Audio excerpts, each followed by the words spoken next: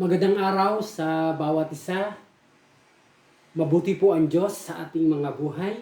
Ang ating pong topic sa umagang ito ay meron pong pamagat na Identity in Christ. At apat na bagay din po o katanungan ang ating pong sasagutin patungkol po sa Identity in Christ. Number 1, what is the meaning of the word identity in Christ? Number 2, why it is important to know our identity in Christ? Number 3, who are we in Christ? At number 4, how can we live our identity in Christ? Tayo po ay manalangin. Dakilang Diyos na makapangyarihan sa lahat. Maraming salamat po muli sa umagang ito. Hiniling ko po ang inyong balasang Espiritu na kayo po siyang manguna, magpaunawa sa lahat po ng aming papag-usapan patungkol po sa inyong mga salita. Naway ito po tumimo sa aming mga puso at sa aming mga buhay. Dakila ka, O Diyos, karapat-dapat kang itaas na walatiin sa umagang ito. Sa pangalan ni Jesus, Amen at Amen. What is the meaning of the word identity in Christ? Ano ang ibig sabihin ng salitang identity in Christ? Sa Tagalog, ang identity sa Tagalog, ang ibig sabihin, pagkilanlan. Sa biblical na aspeto, ang totoong identity natin kay Kristo ay ang bagong buhay na ating pong naranasan sa ating Panginoong Yesus nang siya ay ating tinanggap sa ating mga buhay. Ano po ang sinasabi sa salita ng Diyos sa 2 Corinthians chapter 5 verse 17? Kaya't kung nakipagkaisa na kay Kristo ang isang tao, isa na siyang bagong nilalang. Wala na ang dati niyang pagkatao. Sa halip, ito'y napalitan na ng bago. May bago na tayong pagkatao simulang maranasan natin ang buhay kay Kristo. Dati tayo ay nasa kapangyarihan ng kadiliman, subalit ngayon, nasa kaharian ng pag-ibig ng ating Panginoong Hesus. Hallelujah. Colossians chapter 1 verse 13, na siya'y nagligtas sa atin sa kapangyarihan ng kadiliman at naglipat sa atin sa kaharian ng ating o anak ng kanyang pag-ibig. Hallelujah. Number 2, why it is important to know our identity in Christ. Bakit mahalaga na ating pong malaman ang ating identity kay Kristo? Napakahalaga na dapat nating malaman ang ating identity kay Kristo.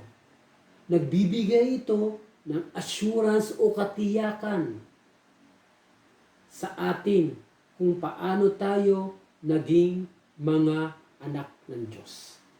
Hindi ba sabi sa salita ng Diyos sa John chapter 1 verse 12 hanggang 13? Datapwat ang lahat ng sa kanya'y nagsitanggap ay pinagkalooban niya sila ng karapatang maging mga anak ng Diyos sa makatuwid bagay ang mga nagsisampalataya sa kanyang pangalan. Sila nga ay naging mga anak ng Diyos hindi dahil sa isinilang sila ayon sa kalikasan o sa kagustuhan o sa kagagawa ng tao, kundi ang pagiging anak nila ay dahil sa kalooban ng Diyos. Amen. Hallelujah. Ang ating identity na meron tayo ngayon ay kalooban ng Diyos. Number 3, who are we in Christ? Sino tayo ngayon kay Kristo? Apat na bagay po. We are, or in Christ, we are, number 1, We are forgiven. Tayo ay pinatawad. Pinatawad sa lahat ng ating mga kasalanan. 100% na tayo ay pinatawad ng Diyos. Hallelujah. Philippians chapter 1, verse 7. Nasa Kanya'y mayroong tayong ng ating katubusan sa pamagitan ng Kanyang dugo, na kapatawaran ng ating mga kasalanan ayon sa mga kayamanan ng Kanyang biyaya. Amen. Ang ating katubusan at kapatawaran ng ating mga kasalanan ay sa pamagitan ng dugo ng ating Panginoong Hesukristo at sa Kanyang mayamang biyaya. Tayo ay pinatawad ng Diyos dahil o hindi dahil sa ating kabutihan o mabuting gawa, kundi dahil sa Kanyang habag at mabiyayang awa. Hallelujah. Ang sabi ng Biblia, siya ay namatay upang tayo ay iligtas sa lahat ng ating mga kasalanan. In response sa kapatawaran ating natanggap sa Diyos, tayo rin ay nararapat magpapatawad ng mga tao sa ating nagkasala. Pangalawa, we are set free. Tayo ay pinalaya na ng Diyos. Saan pinalaya? Romans chapter 6 verse 6. Alam natin, ang dati nating pagkatao ay naipako na sa krus kasama niya upang mamatay ang ating makasalanang pagkatao at nang hindi na tayo maalipin pa ng kasalanan. Tayo ay pinalaya na. Hallelujah.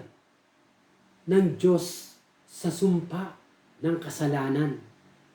Romans chapter 6 verse 18, at yamang pinalaya kayo sa kasalanan ay naging mga alipin kayo ng katuwiran. Tayo ay pinawalang sala na ng Diyos. Hallelujah.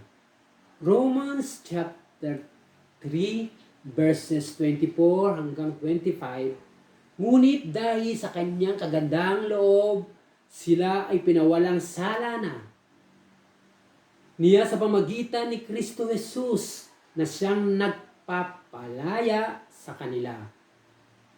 Siya ay inalay ng Diyos bilang handog upang sa pamagitan ng Kanyang dugo ay mapatawad ang kasalanan ng lahat ng mga sumasampalataya sa Kanya. Ginawa ito ng Diyos upang matunayan siya matuwid. Noong unang panahon, nagtimpi siya at ipinagpaumanhin ang mga kasalanang nagawa ng mga tao. Tayo ay wala na sa kahatulan. Hallelujah. Romans chapter 1 o chapter 8 verse 1. Ngayon ngay, sala o wala na anumang hatol sa mga nagkay Kristo Jesus. Galatians chapter 2 verse 20. Ako'y napako sa krus na kasama ni Kristo at hindi na ako ang nabubuhay, kundi si Kristo ang nabubuhay sa akin. At ang buhay na ikinabubuhay ko ngayon sa laman ay ikinabubuhay ko sa pananampalataya. Ang pananampalataya na ito'y sa anak ng Diyos na sa akin ay umibig at ibinigay ang kanyang sarili dahil sa akin. Hallelujah. Pangatlo, we are protected by the power of His name. Tayo ay protektado ng kapangyarihan ng kanyang pangalan. There is no power in the name of Jesus. There is power to break every chain. John chapter 17 verses 11 and 15. At wala na ako sa sanlibutan, at ang mga ito ay nasa sanlibutan, at ako'y paririyan sa iyo. Amang banal, ingatan mo sila sa inyong pangalan, yaong mga ibinigay mo sa akin, upang sila'y maging isa na gaya naman natin.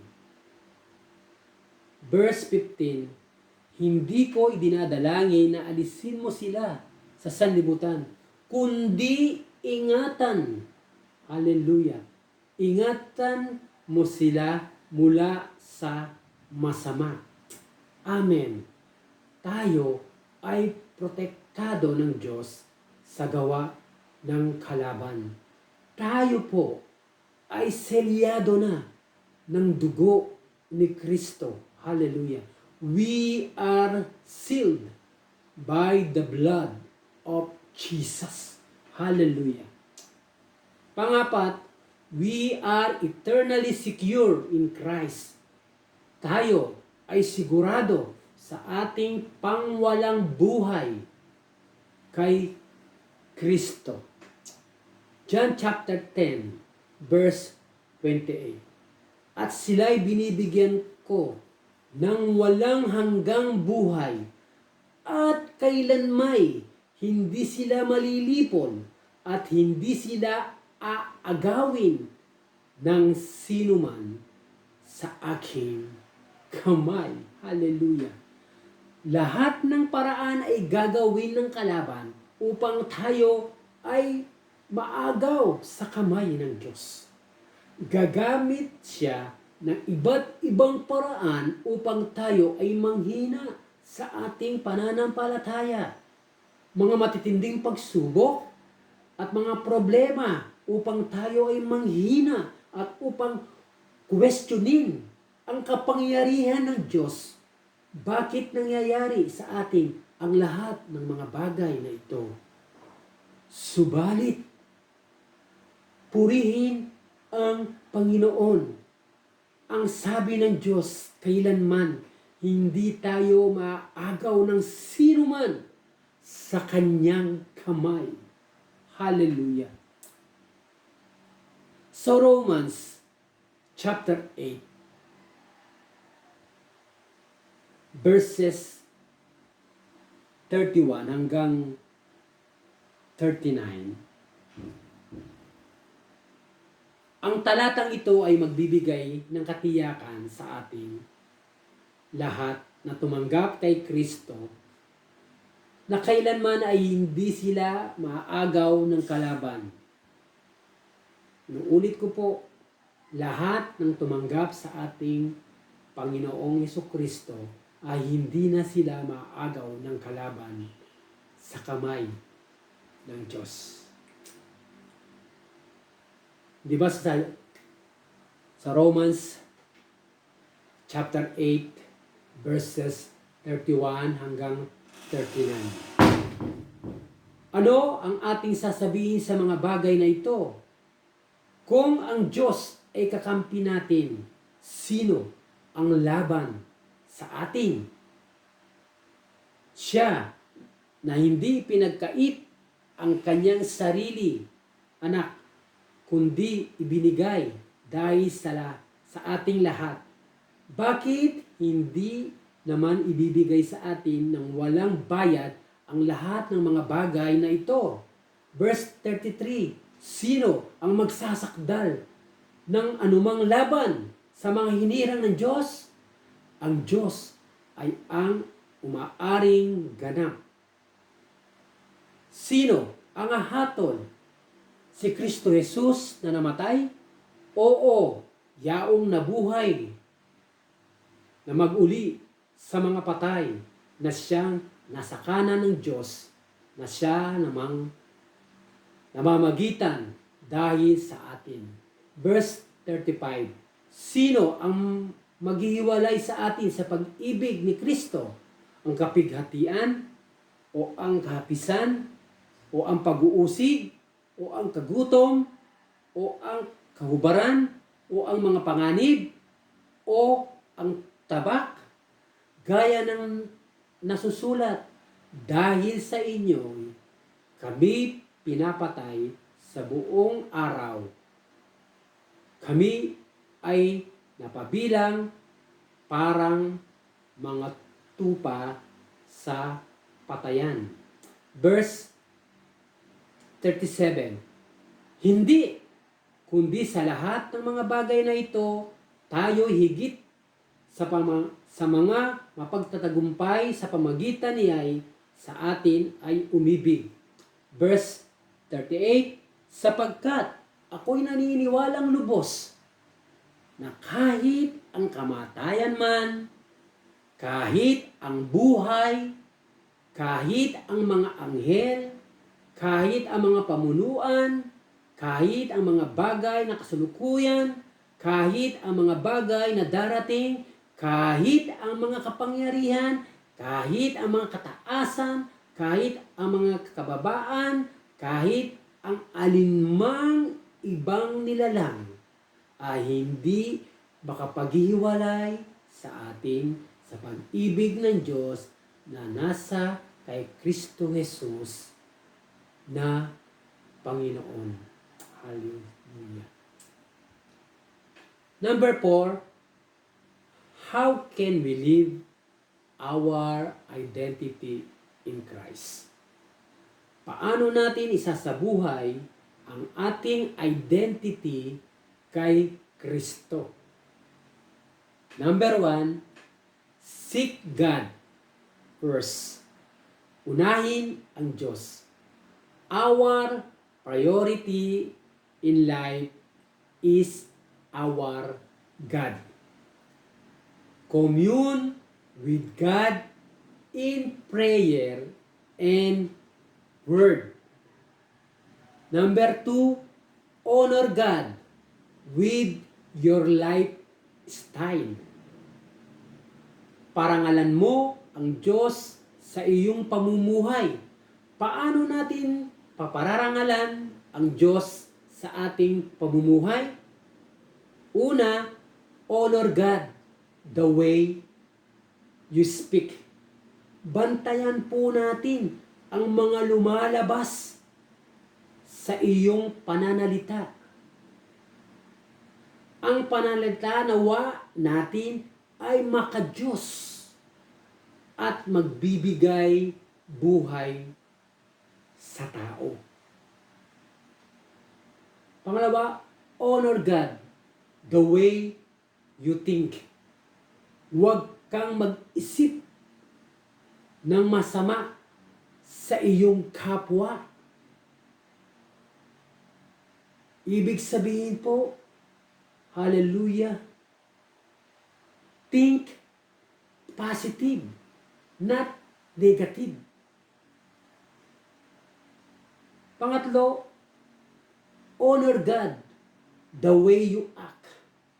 Ipamalas mo o isabuhay mo si Kristo sa iyong buhay. Hallelujah. Pangatlo, live free from guilt and shame of the past. Mamuhay ng may kalayaan sa pagkakasala at kahihiyan. Huwag nang maging bilanggo pa ng nakaraan. Hallelujah. At sa aking pong hamon sa bawat isa, panindigan mo ang iyong pagiging mga anak ng Diyos. Do not compromise your identity because you are blessed. You are highly favored. You are loved by God. and beloved in Christ. Tayo po ay manalangin. Dakilang Diyos, maraming salamat po sa umagang ito, Panginoon. Salamat po sa iyong mga salita. Hallelujah. Salamat po, Panginoon, tunay, Panginoon, ang iyong kapangyarihan, Panginoon Diyos, ay laging nasa amin. Maraming salamat po. Excuse po. Ano man po ang lahat ng may mga pangangailangan sa oras nito, Lord, maraming salamat po. Alam po namin, Panginoon Diyos, na lahat po ng aming mga pangangailangan ay nakahanda na po, Panginoon Diyos, para sa amin. Maraming salamat po, Panginoon, sa bagong pagkatao na inyo pong iginawad sa amin. Hallelujah. Salamat po sa iyong mga salita, Panginoon, na nagbibigay po ng kapangyarihan, Lord. Hallelujah. Maraming salamat po sa iyong mga salita. Salamat po sa bawat isa sa umagang ito, Panginoon. Maraming salamat po sa iyong kapangyarihan sa lahat ng mga bagay-bagay, Panginoon Diyos, na aming po pinagdadaanan sa aming mga buhay. Kami po ay dapat laging magpasalamat sa lahat ng bagay sa aming mga buhay. Maraming salamat po, dakilang Diyos, sa umagang ito. Karapat-dapat kang itaas, sambahin, parangalan, luwalhatian, Panginoon, sa aming mga buhay. Maraming salamat po sa umagang ito. Ito po ang aking dalangin sa pangalan ni Jesus. Amen at amen. Magandang gabi, magandang umaga po sa bawat isa. Amen.